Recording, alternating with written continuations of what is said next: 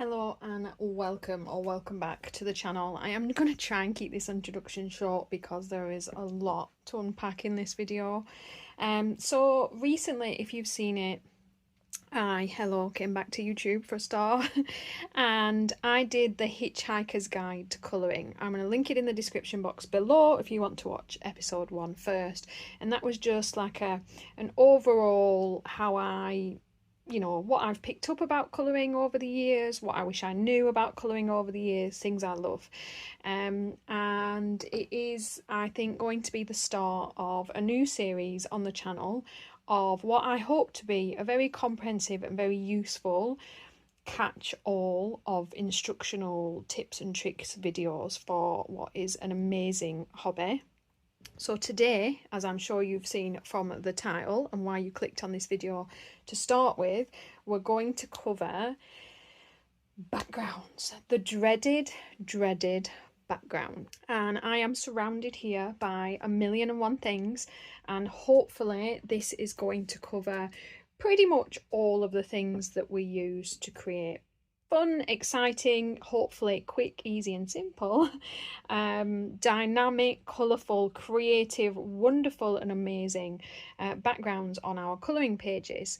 Now this is dependent on a lot of things: the detail to the page, the amount of space that you have, the paper in the book that you're working with, because a lot of colouring books are not really useful for water-based mediums unless you're really not having any issue at all about essentially, well, that crinkle that you get. So I'm going to start this video by first going through a couple of the questions that I get asked quite a lot about preparing the page for our background. So if you're going to do a wet background or a background that involves masking your picture, I would suggest you do a messy, difficult, convoluted background first, as none of us want to spend about 6 weeks on a pencil colouring page and then ruin it by applying our background. So the way to get rid of this scary and simple, stressful issue is to do the background first. That applies for some media and it doesn't apply for others. The time I would do a background first is if it's a product that you're going to need to use masking fluid with.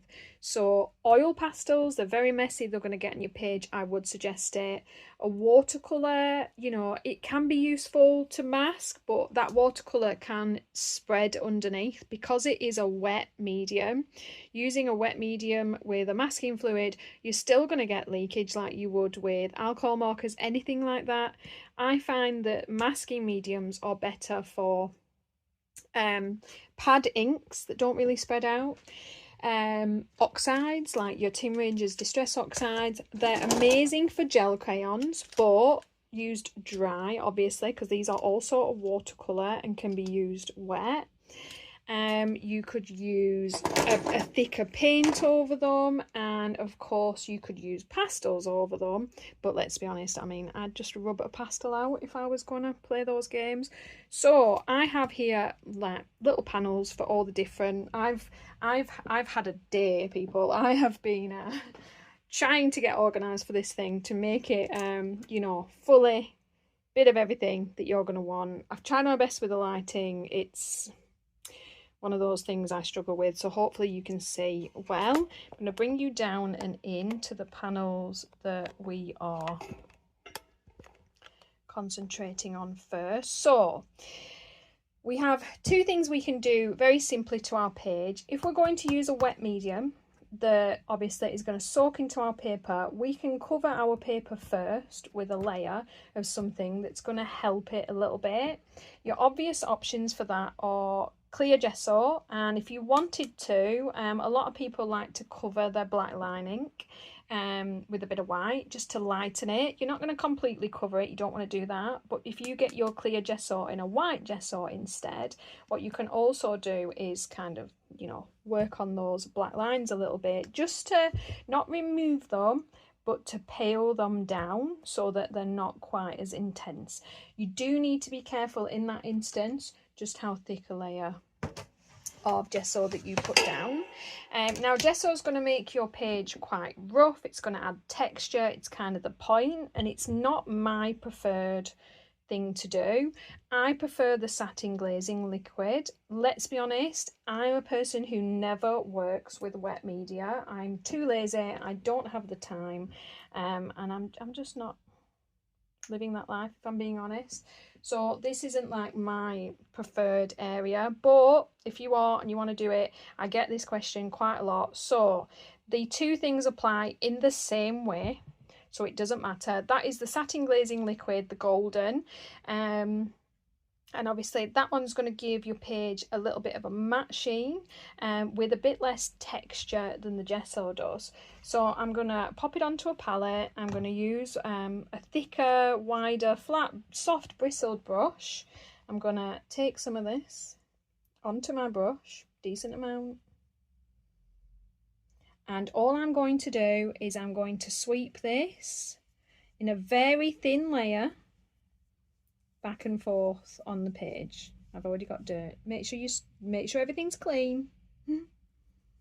So a really thin layer. Cannot emphasize enough, you don't want to buckle your page because you've just added like the thickest coat of glazing liquid that you ever have seen. So it's a really thin layer, and then I'm going to go the other way. And the thing about these that I realistically why I don't use them is the time spent. So you're then gonna wait, you know, an hour or so for that to dry fully, and then you're gonna apply another thin coat, and then realistically you would wait another hour or so and apply a third thin coat, and then you would wait 24 hours before starting on your page. So you need to be a prepared human, a patient human, and a human with time, and I am neither one of those three things. So if you are a watercolor person and you do this a lot, and you know you really like those wet media backgrounds and you really want to do it, then you know this will help your coloring book paper. It's going to make it a little bit thicker, it's going to give it a bit more of a layer, a bit more grip, and it can also be very useful to use like a gesso or something with, you know, like pastels, to give the, you know, a little bit more texture for things to stick to. So that is a very quick version of the how to apply satin glazing liquid video that I have on my channel, which I will also pop in the description box down below in case that was why you're here and you want to see something a bit more detailed. You can check that video out. So that is like a base coat layer in a clear or white, up to you depending on what you want to cover, before you go in with something wet. This masking fluid, so for this you're going to need your masking fluid. I have the Vallejo liquid mask. You're going to want something to remove it with, so you get these kind of like really hard rubbery mask away tools, and this one, I'm sorry for the noise, is an SAA one, whoever they are. Or a lot of people do use their finger, so you could try that. I think that would maybe not be the version I would want to do, but maybe I'm just not hardcore enough and you guys are, and you're going to do that. Especially if, you know, a budget is an issue. Obviously the less things you have to buy to do something, and I will try it for you today, we'll see how it works. And then obviously you could apply that with a smaller brush, not this, too big, a small brush. But what I like to use is a sculpting tool. These are a soft silicone sculpting tool for like either you know, clay sculpting tools, things like that, anything, just a soft silicone sculpting tool. If you put that into Amazon, they're going to come up with a billion things.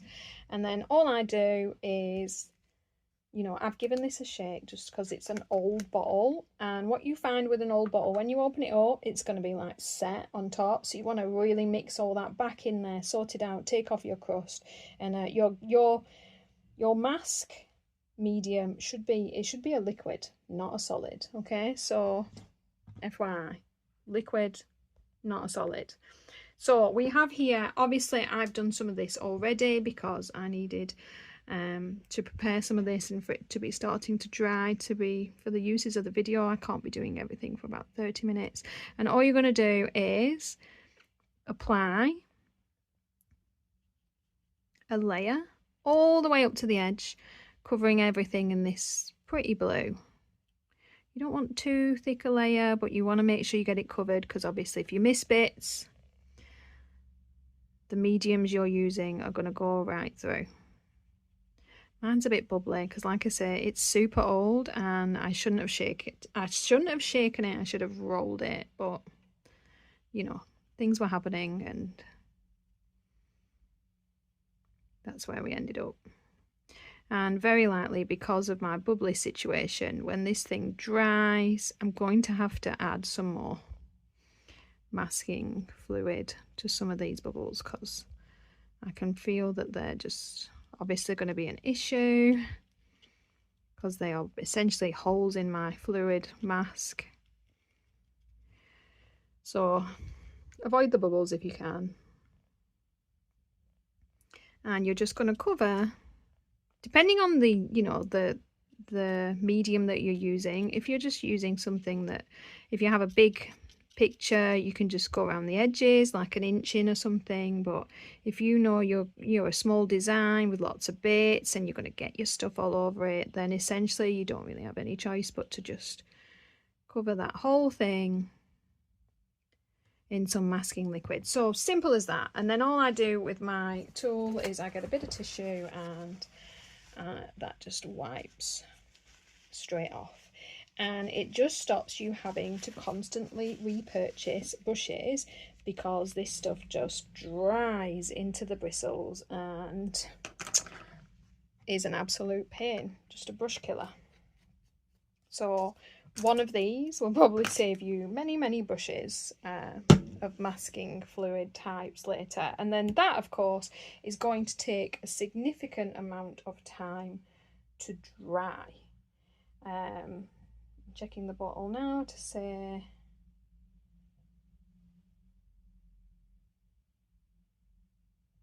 essentially it just says once it's dry, so that's super helpful. But let's be honest, I'm probably going to do that and then leave it till the day after, just because that's me. I don't want to wait around. I don't want to sit and check that. I'm just going to come back to that the day after because it's safer. So if I know I'm going to colour a certain page and I want to be prepared, then the day before I'm going to lay my mask down and then I'm going to leave it to do its business and whatever. I have purposely left a little bit uncovered so that you will later be able to see the difference. Okay, so getting into actual backgrounds. I figured we would start. I'm going to bring you back out again. We're going to, for the millionth time, adjust our light settings because that's the life I live. Right. So I figured we'd start with some of the easier. So I'm gonna lift this guy up. Told you I was organised, like super gourmet. I have my boards and everything. I'm gonna get rid of those. I'm going to check I got all of my gesso out of my brush. Ruined enough brushes in my time without adding any more casualties to that list. So we're gonna start with the easy one. Alcohol markers. Can you use alcohol markers to make a background? Why, yes you can. Yes, you can. You're gonna probably burn through some alcohol markers if it's a large background, and you don't want to do this on a double-sided page. You just don't. It's a no-no. So we have 3 Ohuhu markers here because that's what I use. I like an Ohuhu marker. I have a big set. I've taken 3 shades of blue. Normally, I'll be honest, living my best life, I would just take 1 shade and then I would add a little bit of pencil darkening around the edge to alcohol marker, but I understand for the theme of today that is cheating and I won't do it. I've masked edges to these, and the reason I've done this for obviously today is to just separate pieces, but I will, before we get into anything else, really say that I do think it really ups like your page to the next level to add, I'm trying to find it, bear with me. It's such a simple thing to do, to just mask off all four corners of your page. Yeah, so a little bit of cheap masking paper. You can use decorator's tape if you just use it on your pants first to make it a bit less sticky and not ruin your page. And at the end of the video, I'm even going to show you how to remove it in a safer way that usually works. But I just really think that one super simple thing just adds a lot to your page, just to give it a border like it's an intentional piece. Just really ups that kind of professional looking, little bit sophisticated, little bit, you know, like I meant to do this, sort of a style to your page that just can create some beautiful.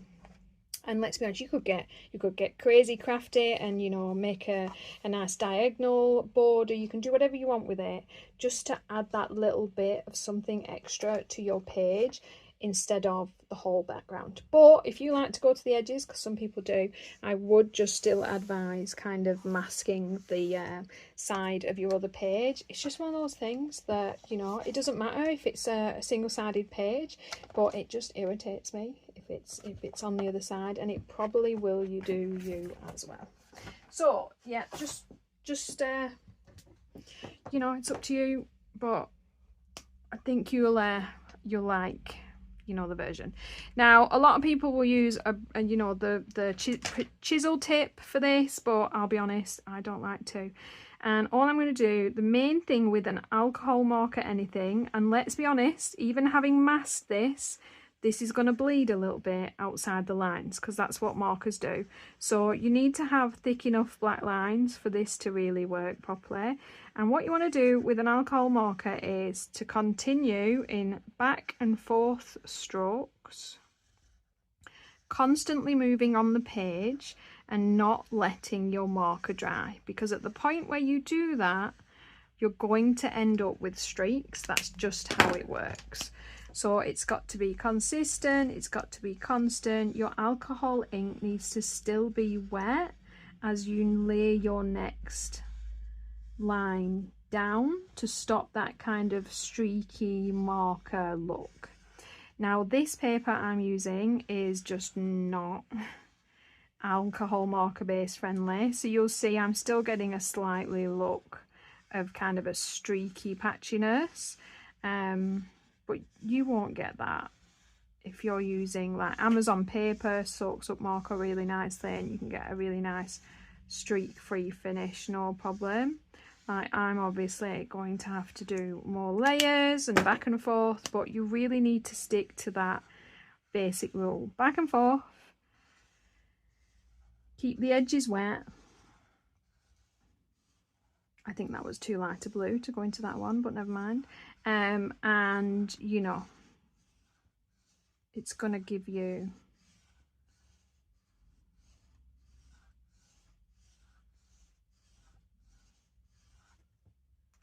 that kind of pretty colour. Yeah, I love that that looks like the sea, like I meant to do that, but it is just the paper that I'm using kind of giving me a little bit of a streak look. So if I go to any other page in one of my books where I've actually used an alcohol marker background, bear with me, so this blue is an alcohol marker background, you can see you can get like a streak free finish, no problem usually. It really is. This is the paper am I using? Oh, I can't even remember. But in fairness, you can see that sometimes even streaks are going to work for you. That literally looks like the sky. It's kind of cool. So can you do an alcohol marker background? Yes, you can. You just obviously you're going to burn your way through some markers. If it's a big page, you are going to get some bleed. So obviously when I lift my line, probably not on this paper, it's pretty good, but you can see even having masked that off, I'm gonna get a little bit of movement with an alcohol marker underneath that tape, because the difference is it's not just sitting on top of the page, it's soaking into the paper from underneath. And that is the kind of thing that you need to bear in the back of your mind. The way the mediums that you're using will work and react to each situation and paper that you want to use them on. So alcohol markers, 1 down. Right, because it's me, because we have to, because it's my favourite, we're going to talk about gel crayons. I've got the King Art here, but let's be honest, they're all wonderful, and I have a drawer full, my drawer of gel goodness, of every brand under the sun. I love these things, and if you are pressed for time, want to just create something beautiful, vibrant and easy, and do not want to have to mask, you know, put stuff down, layer things underneath the page, base coat your page, you're working with like cheaper materials or a detailed page, these will quite easily go just over the top of your picture. So if you've not listened to your own advice, which I do all the time, where's my book? Hang on, guys. So, you know, you've totally already done your page by accident, and now you need a background that's going to be like, have a little bit of a safety valve. These are gel crayons dry in the background. Yes, they will change the tone of your page if you go over everything, because I wanted to get in all of this, so it's added a little bit of a cast of colour to my page. Do I mind? No, I don't. It kind of added to my stormy texture. I wouldn't in that case use anything too dark, too, you know, in your face, because it is going to add that colour. What I could have done is just gone up towards the picture. Didn't want to do that. I wanted it filled in. I could have masked all this. Was not living that life. So I had to accept the difference of what that was going to mean, and I love how this, I mean, it's one of my favourite actual pages ever. So these are, for me, something that I can just whip out on the fly and create my best life. I need my brushes. I was so organised, thought I had everything, didn't quite. Have to be careful not to mix up my oxides with my gel crayons. Yep, no, these are junkers. Right, okay, so I'll pull out some greens. I tend to have like a light and a dark brush for each colour. So I have my little spot here. You can use gel crayons wet or dry. They are a watercolour stick, so you can use these like a watercolour, no problem. You're going to lay them all down the same. I use a really cheap kitchen board, and I love these really soft craft or makeup, either way, blending brushes that you can get cheap off Amazon, Temu, things like that. You know, I think I got like a 12 pack of these for like £8, something like that. You could use a brush, obviously, if they're wet, a normal paintbrush, but I love to use these dry, and I'm going to show you why. So you're going to paint a load of colour onto your chopping board. A textured chopping board works amazing with these, but mine are smooth. It doesn't matter. It really just doesn't matter. It's not the end of the world. The difference at this point, if you were using them like a watercolour, obviously you're going to use a brush and you're going to add a little tiny bit of water to them. Not a lot. But if you want them to be that little bit easier, that little bit less messy, and that little bit brighter and more vibrant, so I've just chucked on 3 greens there, you can do it this way.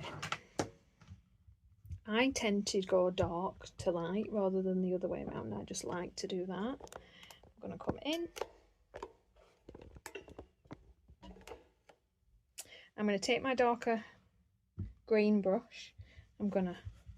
You will get a bit of an arm workout with this. I'm going to rub that into that colour, and then I'm going to, and this is quite important with these, especially when you're first learning and beginning, I would have a bit of scrap.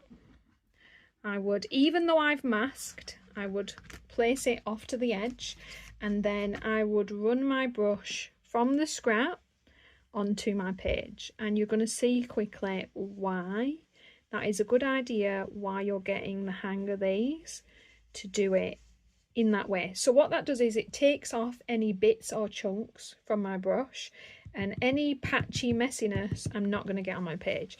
Once you're used to using them, you know, it's not an issue, it's no problem, but while you're getting the hang of it, it will remove that problem that a lot of people say, you know, like, oh, I'm getting like chunky texture bits like this that you then like are stuck with. Oh, trying to do it, and you know, lo and behold, when you actually want it to. So that sort of look that then won't blend in. So I'm just removing that issue, and it'll take me a little bit longer to blend up the darker colour that I want, but while I'm learning, it's not the end of the world, it's not going to take me that long, it's fine, especially if it saves a page that you've already coloured in. Now if you want texture and you want to stipple some texture in, you can do that as well.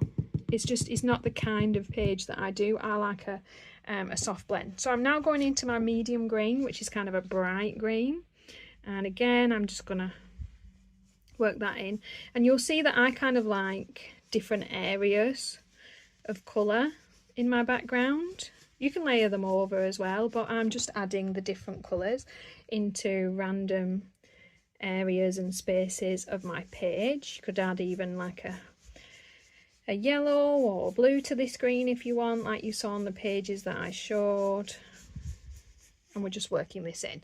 Now I'm going to actually add a little bit of a dark grey to this as well, just to deepen up some of that colour. The beauty of this is you can play and layer and mess as you go.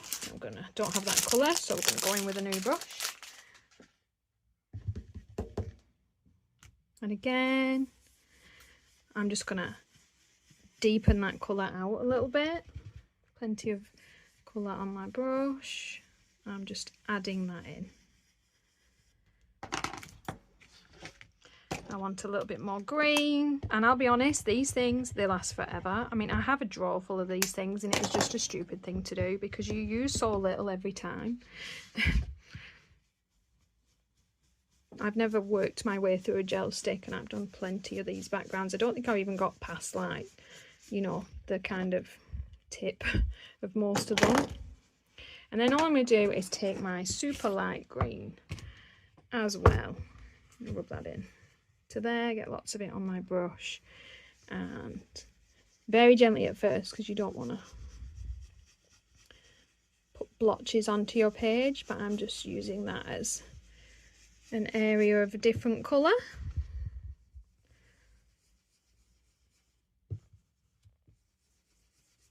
So kind of a yellowy green in some spots. And then of course, like anything, where have I put that? Where have I put that pale green? It's there. I'm going to put a bit more on. Put that on my brush, and then I'm actually going to go over and use that paler colour as well to just smooth and blend everything out. And there you have it, just the simplest, easiest, quickest gel crayon background. And the beauty of these, like most of the dry medium that you work with, is you can add a little bit of something to this. So I want to pick something kind of funky. So stencils. Stencils are a beautiful tool to use in adult colouring books. I'm a card maker, so I have like a billion of these things lying around in different textures and patterns that work really well to create different backgrounds. It is a good idea, you know, if you have a stencil big enough and off the page enough, and if you can, to tack these things down, because it is really hard to hold them still no matter how much we might try.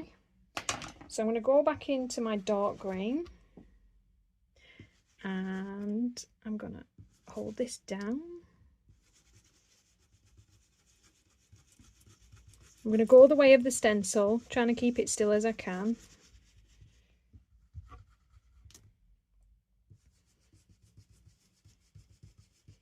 And it'll move around a little bit. You just got to do your best.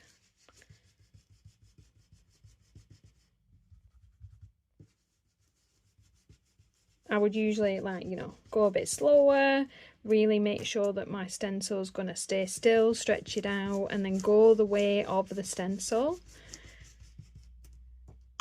But just for quickly showing you guys, don't do splotchy bits like that. Too much on my brush for the first pass.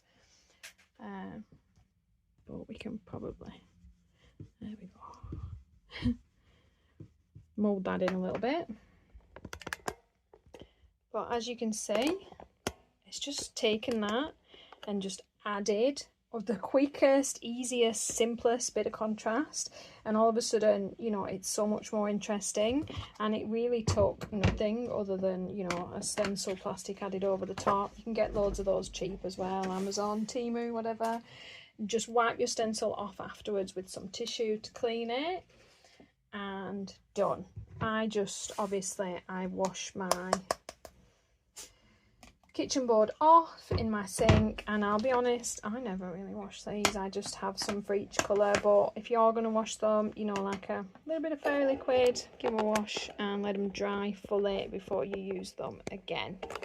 So we have background type number 2. From there, the other option that we have are like inks. So the inks I have and I love, I have Memento Dewdrop Sukineko inks. Love these, have all the re-inkers for them, but you don't get a lot of colours. I think it's 36, but let's be honest, I mean, I've always managed just fine with that. But love, love, love them. And then very recently I also picked up quite a lot of the Distress Oxides, which I've yet to use. This is probably the kind of medium where you are going to have to mask off your image. So I would definitely, you know, spend some time, mask off your image, and then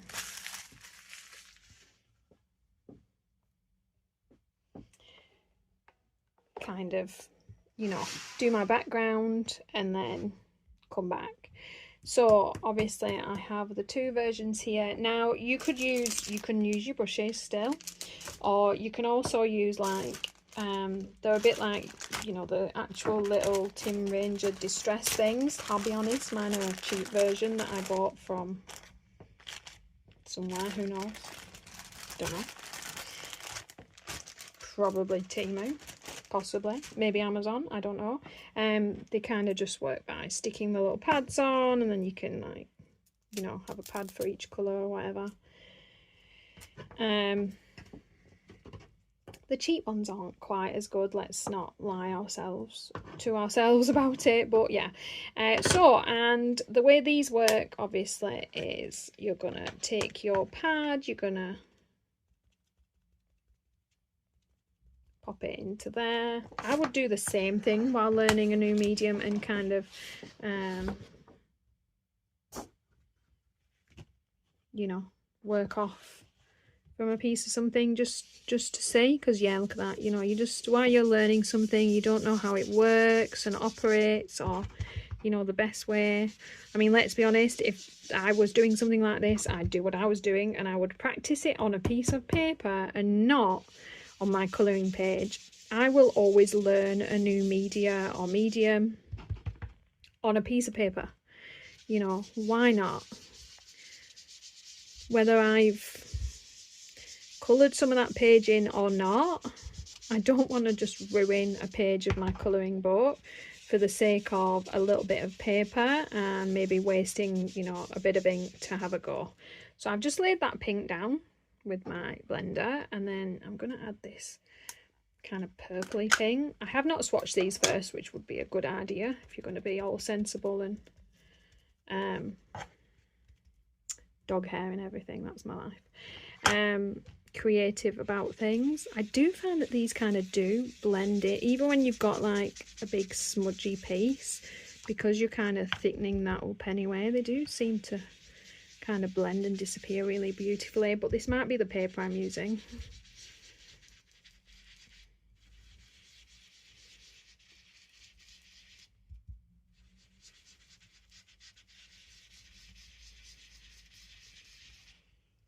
And then just for, let's put the right lids in the right places, for the sake of experiment, I am going to drop a bit of this dusty Concord on. I'm going to rip this bad boy off, pop a new one on. Never can tell which colour is going to be darker than another. Oh, yikes, juicy. Right. Just wanted to see if they actually layer over each other nicely.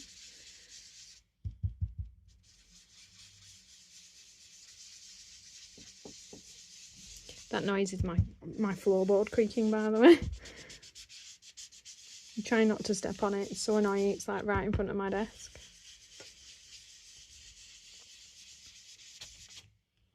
Definitely feel like this is like something that has a learning curve to it, for sure.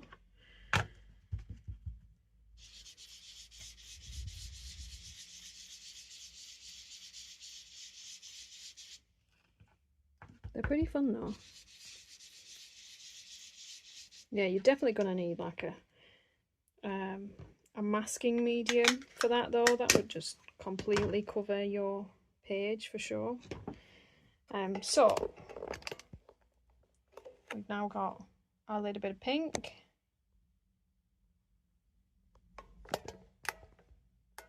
Pinky purple.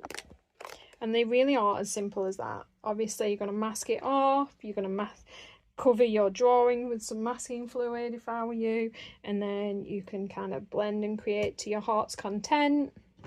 I definitely think these are handy for having like, you know, multiple colours. You'd have to probably label them, which could be annoying, but I feel like that's a lot more of the kind of life that I live than washing each of those, that's for sure, especially when they do have a lot of colours for these. So another simple, easy, and I'm pretty sure that, you know, inks, you will be able to then layer a dark colour with a stencil over the top of that as well without issue. I have my Dewdrop Memento inks, but let's be honest, they're going to work in exactly that same way. You know, I like to use these with my brushes. They work really well, but they will work with these pads too. And you can then go in with a stencil and a darker colour over top as well, just for the sake of the video not being 10 days long. Okay, so the next thing we have is a messy one. We're going into watercolours. So I'm sure lots of you have like different little watercolour sets sat around at home somewhere. I've got a few here. Got this pretty vintage one. As you can see from my pristinely unopened tubs, for the most part, I never really work in water. I just tend to struggle to have the time or the want to clean. I do, however, love a metallic watercolour for detailing. I would not use these as a background. I just find that, you know, they're too intense and they pull too much focus from your page. To be a sensible black background media, you want something matte, but these for detailing on your colouring, you know, the colouring focal point itself are just fabulous, and I have a billion different versions and love pretty much all of them. But there's definitely some matte colours in here that I can use. So for this, obviously you're going to want your glass of water, you're going to need a brush, you're going to need tissue, you're going to need a water palette, and you can already see why I'm already done. Like, already can't be bothered. So you could just use your lid. I'm gonna wet my brush. What am I gonna do? I'm gonna do this orange, just calling out my name. Plenty of water.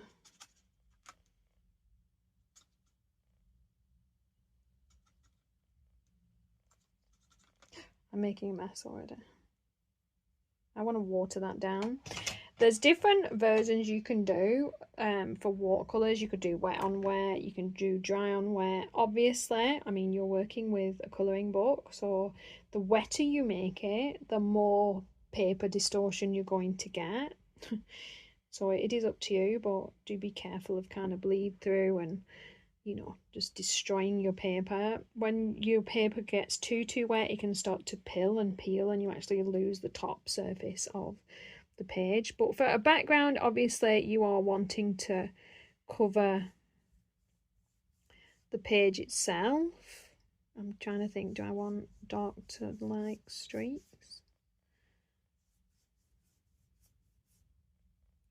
Watercolour's supposed to be kind of a little bit abstract and a little bit messy, so you can kind of really let your groove out with this, really play about, live that best life.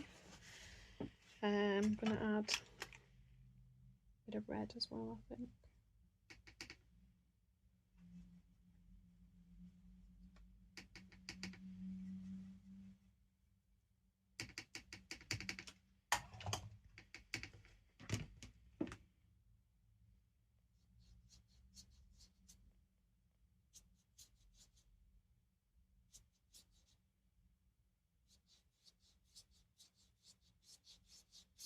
And you can see my paper is buckling already, but it really is as simple as that. You want to mask stuff off, you want to cover it up, you want to build up some layers to that, you want to add whatever you want to add. Obviously if you add white, it's going to make it pastel colours, so it's actually better, you know, adding more water if you want it to be paler, darker colours to be darker, and then it's as easy as that, guys. It's messy, it requires that little bit of time to dry.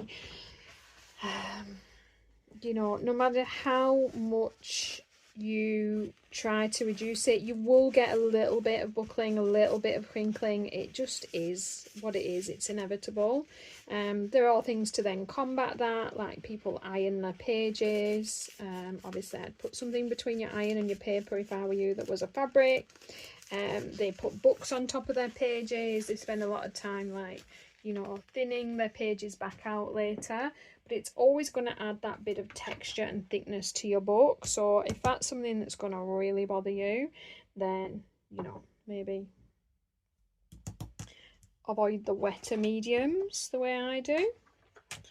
And moving on from that segue, we then of course have pastels, which you can use dry.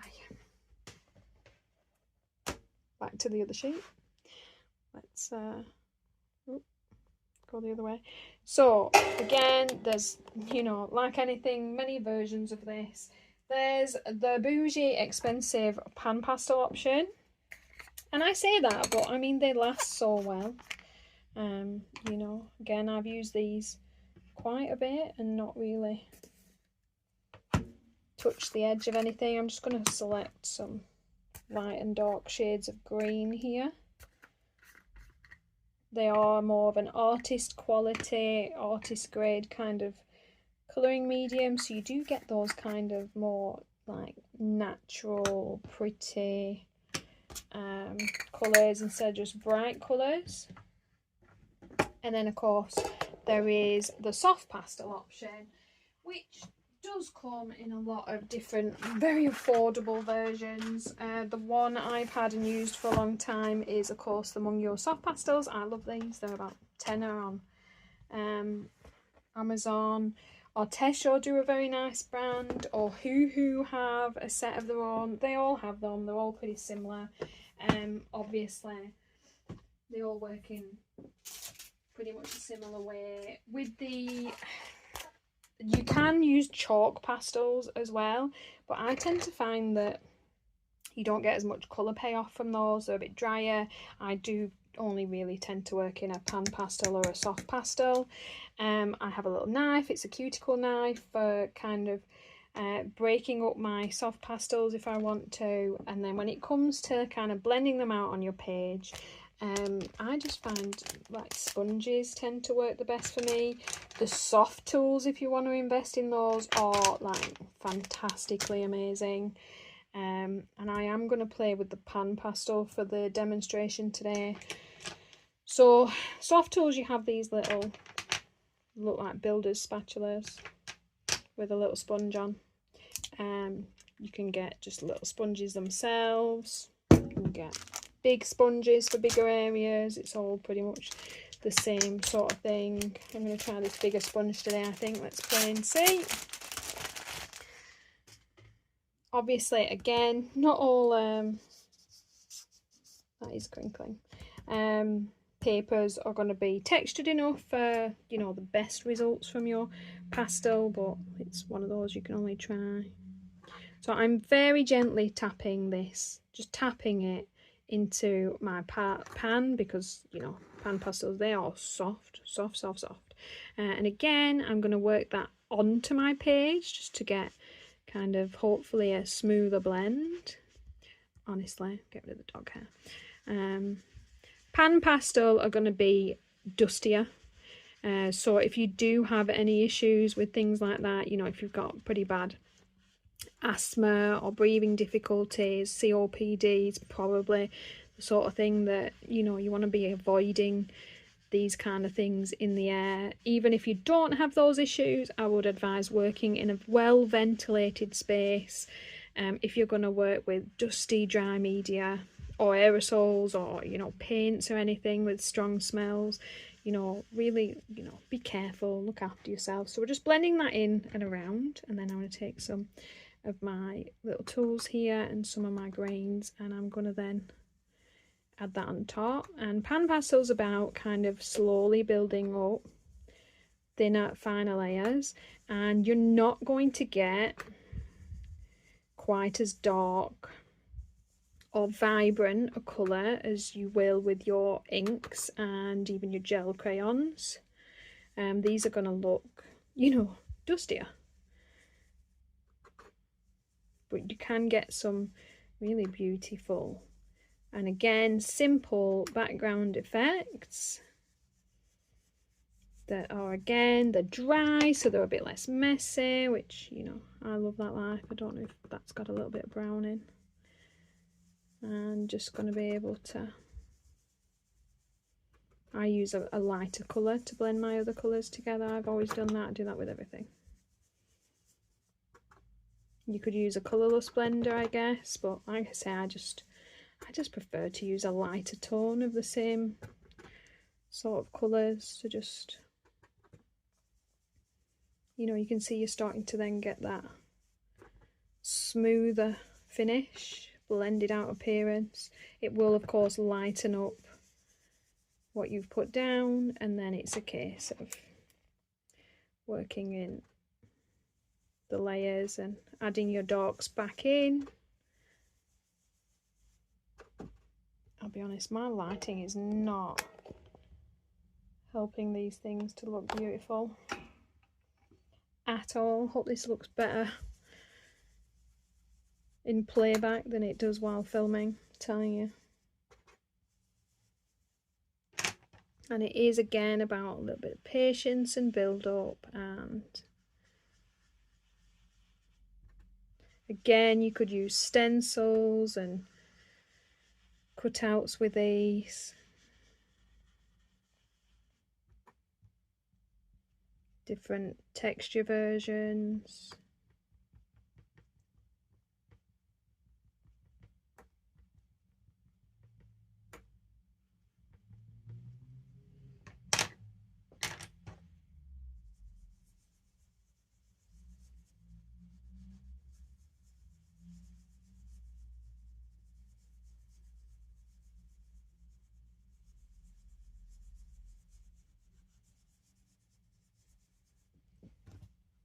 And again, you know, it's just simple, it's dry, and the one real beauty of this technique is it's one of the, and well, no, it is the only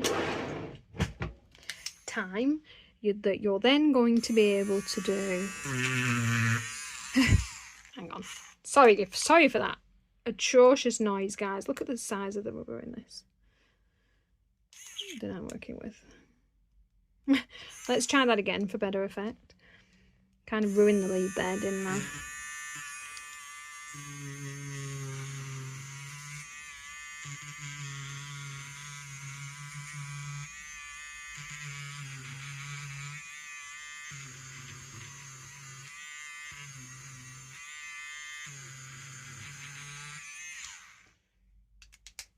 And yeah, it's going to let you remove the pan pastel that you've placed down, you know, as long as you don't go too crazy. So you can then also rub the pan pastel off the image that you've kind of coloured over and fix it.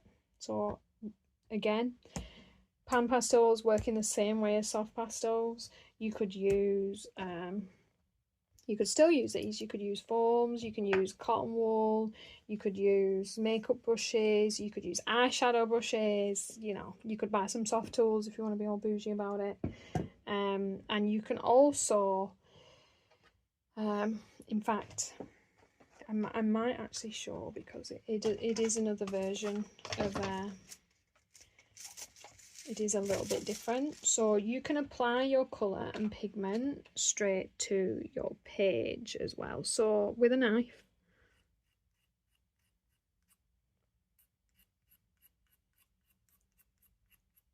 and don't worry too much, you really don't use a lot. I mean, you've seen the size of these like tiny little cubes, and I've had these like forever.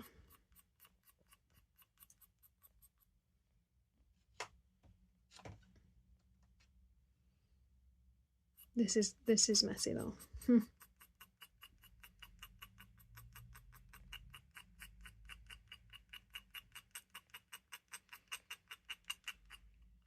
Gonna need like a hoover on standby. Look at the stamey. Right, hang on, before I get that on everything I own.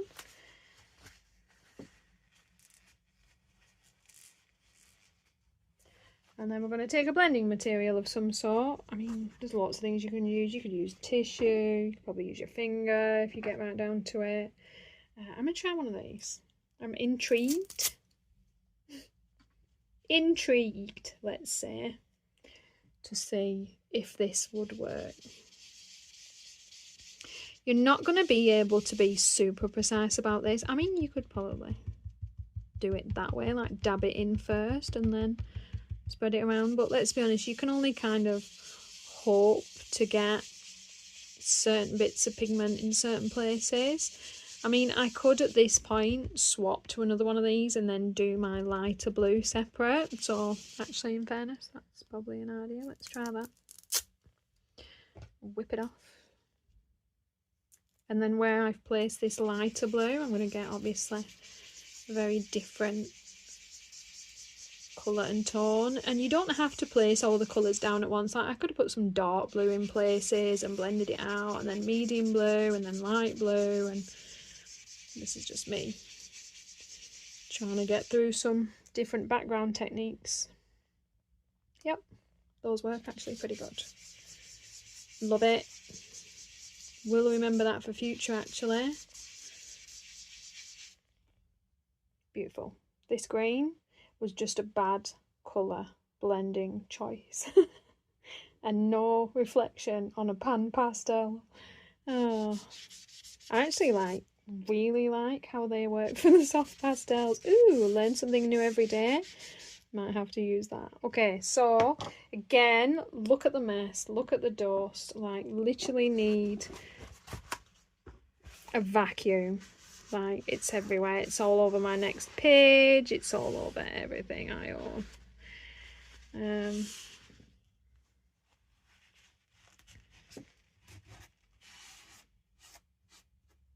Right. Okay. So that is that.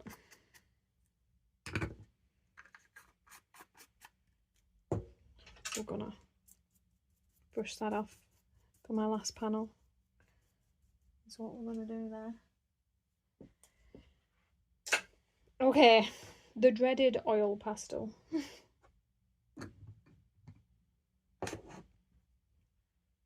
Which again comes in like a million different brands and types and whatever. I've got this set of the higher oil pastels, which is by Paul Rubens, that the lovely Christine sent to me. So why not use these?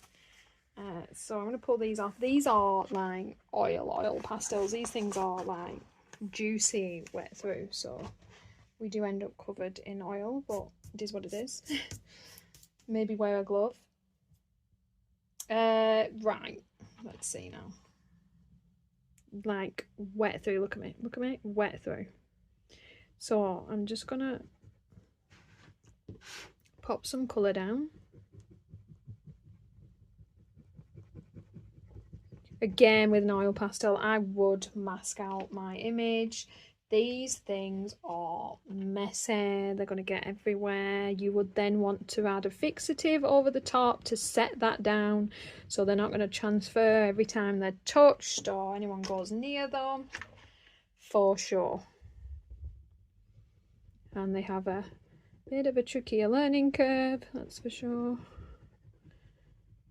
And I would do them first. So I would mask off my image, I would do my background oil pastel, I would take it outside and spray a layer of fixative over, let that dry, and then, and only then, would I start to work on my colouring image. I'm now so intrigued by these. I want to see what other things they work on.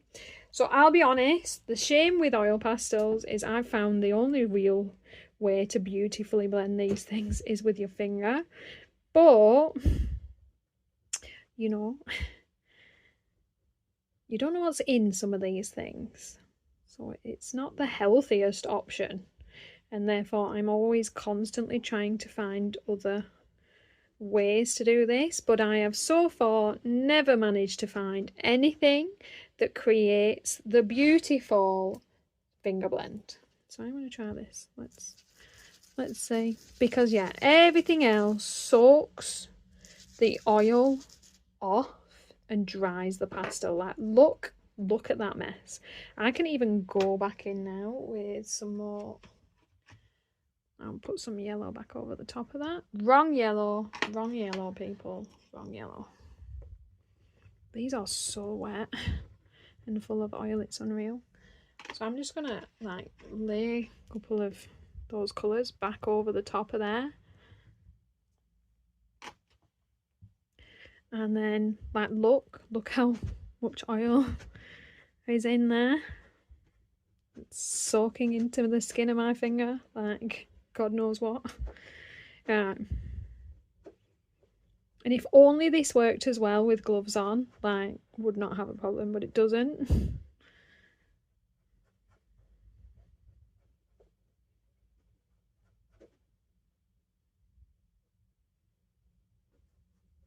You can see if you go too long for too much, you start to bring that coating back off again. So I'm just gonna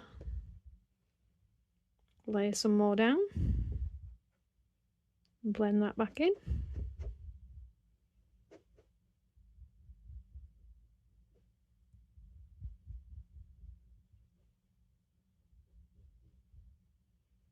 But look at that super rich blend of colour, and it is as smooth in person as it is on that camera, but like, oh my god, the state. So I would use oil first before doing my actual picture piece. I would mask the edges, I would use masking fluid on the image itself. I just really would, guys. And then I would fix that before then trying to colour on top of that, because it is gonna transfer it like nobody's business. And I prefer a matte fixative rather than something that's going to add some shine, if I'm being really honest. How dry are we?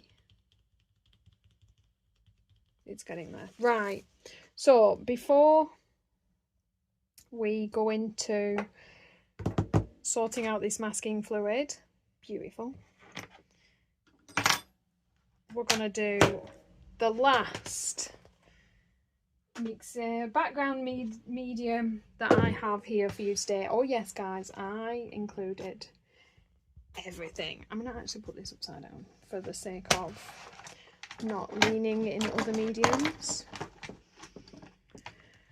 So much to clean. Right, and that is a pencil background for those crazy people with more time to do what will always be the most amazing version of any background.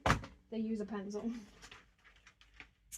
you know, and they can create the most wonderful beautiful, amazing effects. But again, we don't all got time for that. I'm just randomly pulling out some pencils here. Give me a moment. This is something that I forgot to sort out earlier, like I should have done. Right. Okay. I'll bring you in. I'll lock you in. Right. So I've just got a random kind of blend of colours here. I'm going to start with a really pale yellow. We're going to make this a little bit interesting. I'm going to do a couple of fun circles, so we're not just doing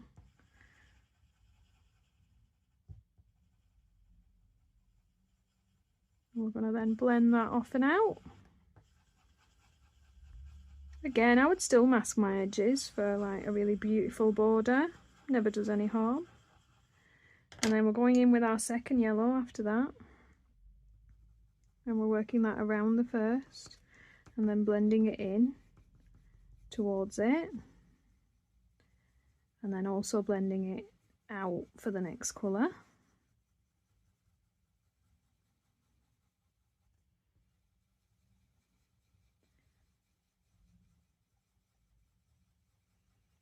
I'll be honest, in any other design I would work dark to light because that's how I work.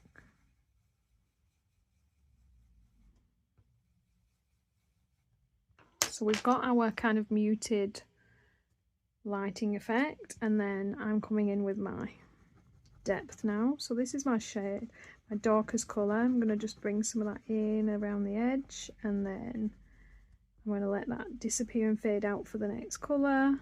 I am using a Prisma because, let's be honest, if you're going to use a pencil for a background, something soft is going to make your life a bit easier and a bit quicker.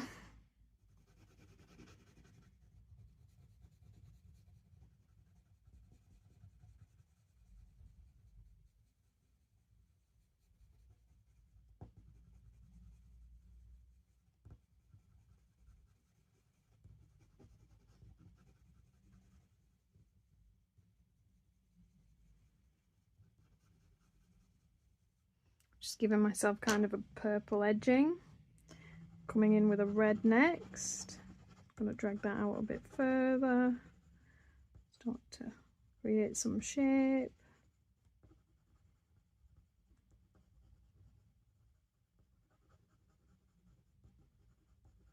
Again, I would usually spend more time, but for the sake of examples and just showing you what you can do for backgrounds, you don't want me to be here into next century.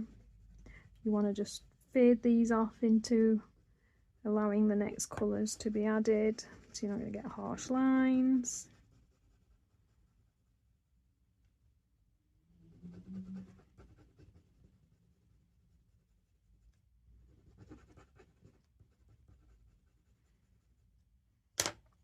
Then I've got an orange.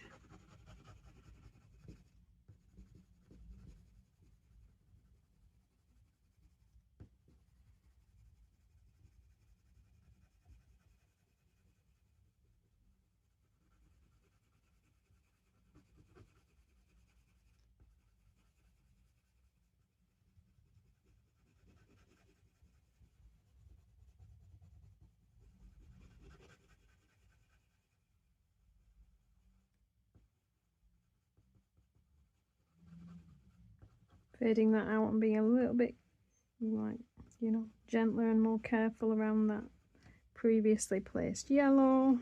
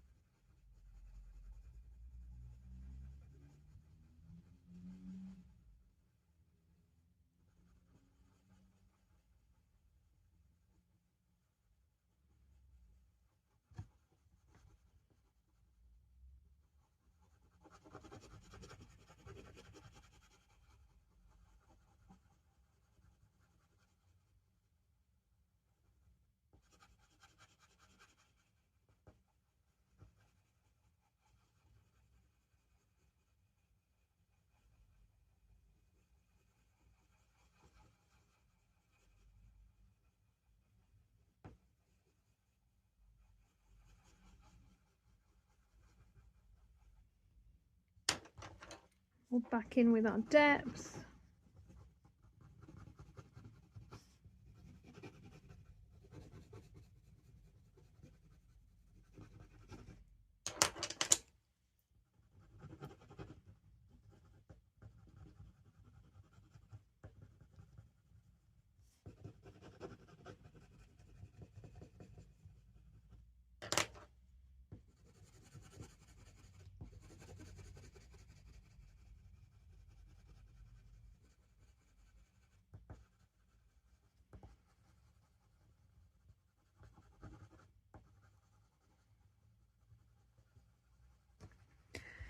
So as you can see from this tiny panel,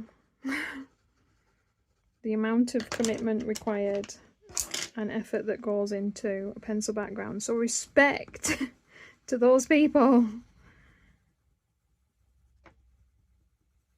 that do a pencil background, because they have invested.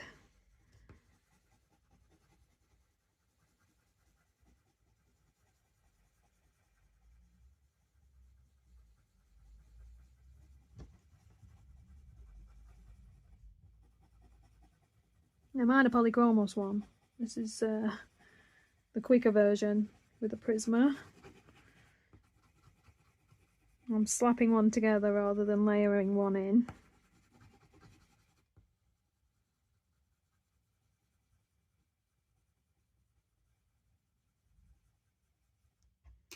And then I'm going to just finally go back in with...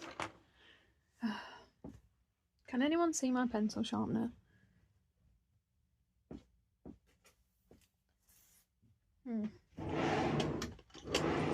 I know I had one. I know it's in this room. You should see my desk right now, guys. Like, you just will not even be able to... Oh, found it. For some reason it's over there. Not even going to show the mess, it's that bad. And you know it's got to be bad for me not to show it. Oh, sorry, I might show it. This is what we're... Can you hear my dog snoring in the background? Let me unlock it so you can see the true masterpiece of... it's all on the floor around me as well. of the amount of stuff required for this thing. Right, let's finish this bad boy off.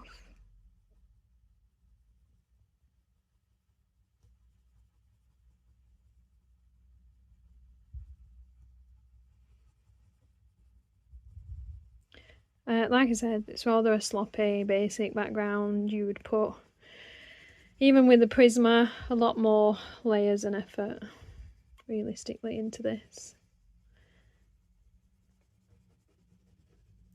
And to save myself a tiny little bit of time, and because I specifically had this request from a viewer and promised that I would show them, I have some Zest-It pencil blend. I never use Zest-It. I never use a blending medium. I just don't. I'm just lazy.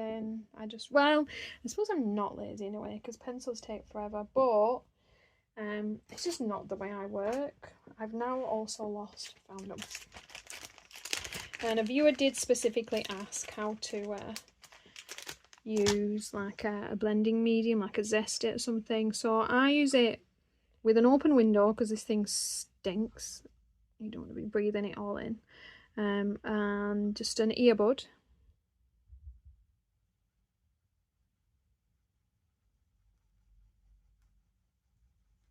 And you very simply, in little circles, from light to dark, otherwise, because you know, your medium is going to move around. You don't want to push your dark into your light, you want it to be the other way around.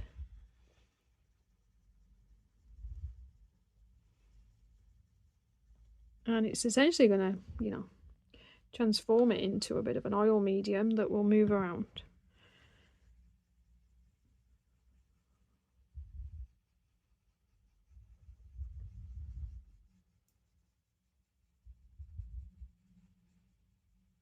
I'm going to chuck that one away for a clean one.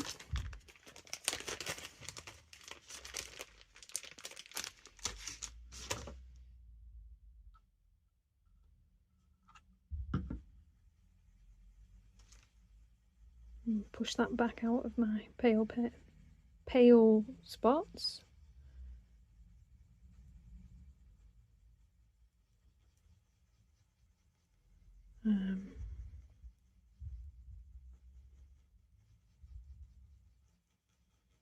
And then realistically, you're going to let that all dry. Dry, like really dry. Which I'm not going to do right now. And then you're going to go back in with some more pencil. And some more layers. And create that all again. With that colour already under there. Is what you then have to do.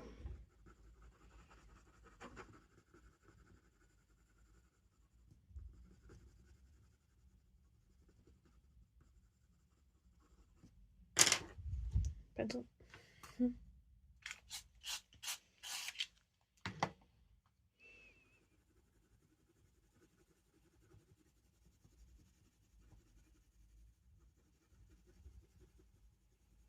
And I just realistically don't like blending mediums. I just think I could have gotten this with the way I was heading already without the extra work. But the point being, if you're working on a, you know, paper that's not going to let you do many layers, this will allow you to then build up more coloured pencil on top of that and then kind of fixing that problem.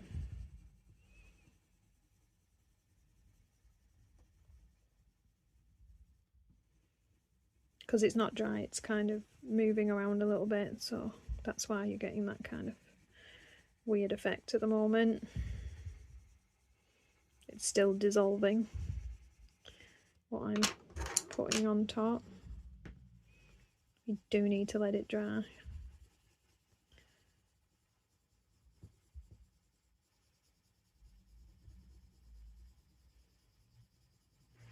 And there's my pencil, I don't know, the weirdest sunset ever, I guess. Okay, so one final time, we're gonna, in fact, I'll tell you what, before we move on to our masking fluid, I'll lift this up. Removing your tape. The way to not completely destroy what you've just spent all this time creating. For a start, you wanted to make your tape less sticky by kind of just dabbing it off on your pants, get a bit of fluff on it so it's not going to attach itself. But also, when you peel your tape off, you're going to peel it back against itself. So you're going to unpeel it from the end, you're going to essentially pull it flat back across the page. Bit slower than I am, don't be too reckless about it, take your time, it doesn't matter. Can you see what I was saying about the watercolour? Because water's kind of blending into the paper instead of just sitting on top. You will get bleed through a masking tape. Right, and then again, let's see what's on top here.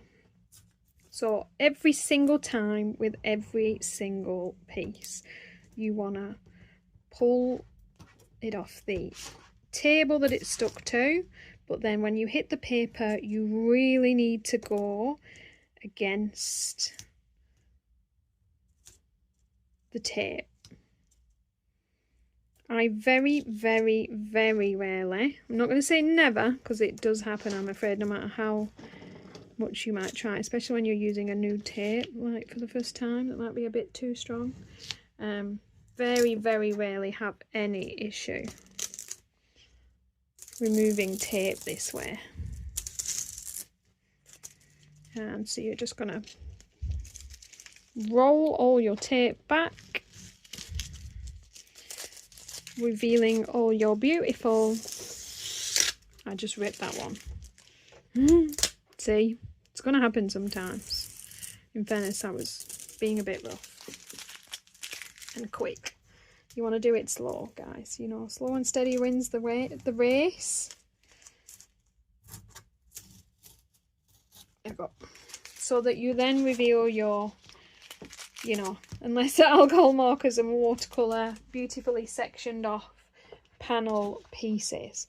So we have dry gel crayons with a stencil top layer, distress oxides, which will look pretty much like inks, watercolour medium, alcohol markers, pencil with a Zest-It demo, you're welcome. And then that brings us back to our other panel. I mean, it feels pretty dry, so we might be safe. Okay, so I've laid my layer of masking tape, my masking fluid. I've left it 24 hours to dry. Honest. It's not. It's been about an hour, I reckon. Hour and a half maybe, but you know, whatever. And then I have, what am I gonna do? Am I gonna use an ink? Probably gonna use an ink.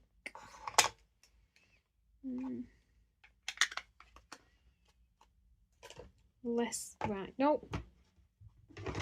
I'm gonna use one of my gel crayons. I'm gonna use a dry gel crayon background. Where have I put them? I'll slap that down. So you could use ink, you could use oil pastels. To be honest, I'd love to try an oil pastel for you guys, but because I'm not then going to leave it outside, fix it, and then wait until tomorrow to finish this video, I'm not going to do that today. But I promise an oil pastel background is incoming at some point. So we're going to just slap a layer of green over the top of this guy. Just slap it on. Create our beautiful background, promise, not having slapped anything on. Okay, so we've done that. That happened. We've created our background masterpiece, spent all of our vast amount of time, and then you have your mask away. I'll bring you in. And this essentially works like a rubber, an eraser, and you work it over the top of the masking fluid.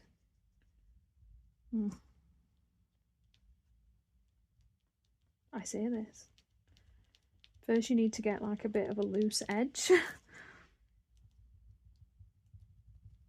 And then you kind of work it away at the masking fluid. I think because this isn't fully dry, it'll take a little hot minute because it's still a little bit liquidy underneath.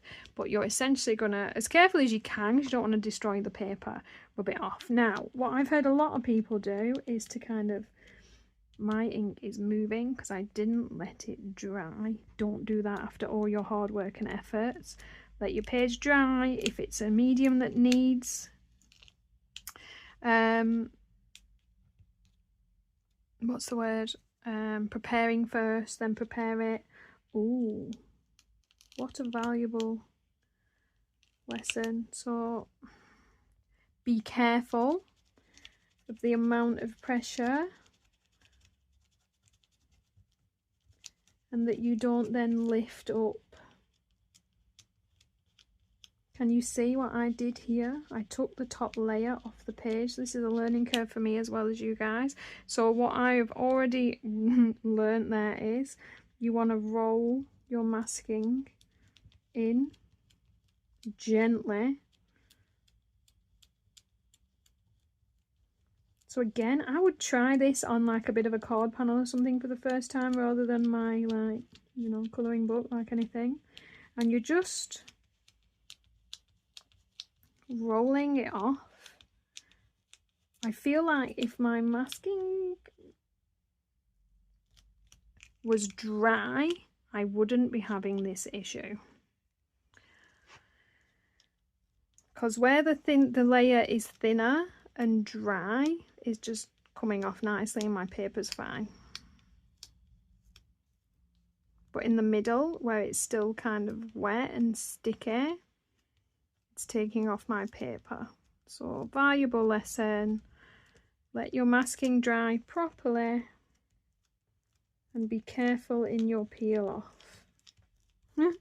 So Yeah, sorry about that, guys. What a terrible example. But here's the what not to do. So again, let's see.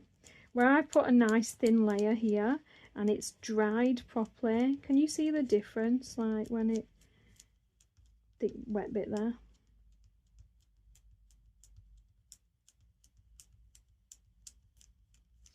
When it just is dry and thin and rolls straight off, like the paper's fine.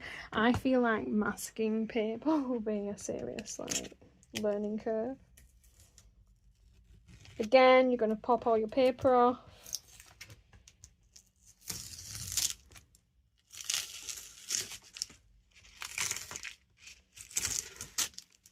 Ah.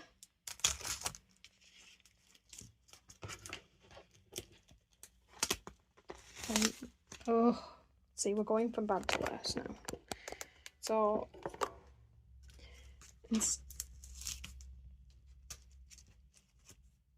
peel them singly, peel them back on themselves. Look at the state and the mess I'm making. This is going to be my what not to do panel. Peel it back, do it slowly, do it carefully. Don't try and whip everything off all at once. Look at the state. In fact, I might just now at this point really make this a what not to do. There we go. Can you see what it does when you're just, you know, you're pulling everything off, trying to do it quick, not being bothered, not being careful, not sticking to the rules. Look at the state of those panels compared to these panels. That's what happens. Don't do it, guys. Be careful. There's reasons to take your time. There's reasons to let things dry the way they should do properly, to take your time, to take care, and to be careful will give you the results you want over the results you're gonna get. As always, I'm just going to leave those bad bits in because, let's be honest, the problem I think a lot of the time on YouTube is we always get to see this and we never get to see this. And this happens sometimes. I don't use masking fluid. I don't work in watercolours. I don't mask my pictures out. It's something I want to start doing because I want to do oil pastel backgrounds. And it's something I'm going to have to play with and learn. And that means it's something that the first few times I try it, they're going to look like this. They're going to be a mess. They're not going to be right. I'm going to have to troubleshoot. I'm going to have to learn lessons. I'm going to have to watch videos. I'm going to have to improve. I'm not going to start out making beautiful, amazing, 100% correct picture panels. That's not how learning a hobby works.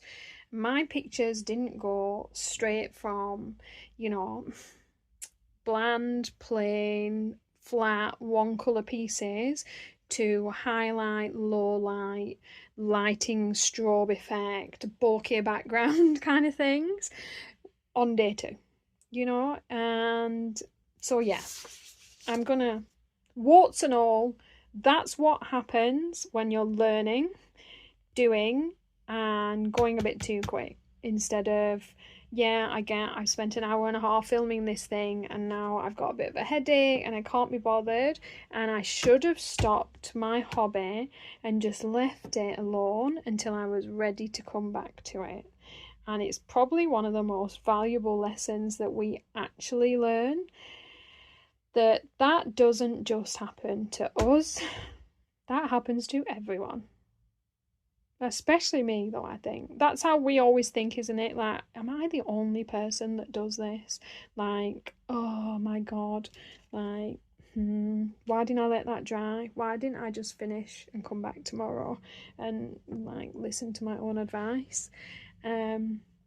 I could cut that from my video. I could remove this section. I could refilm that bit.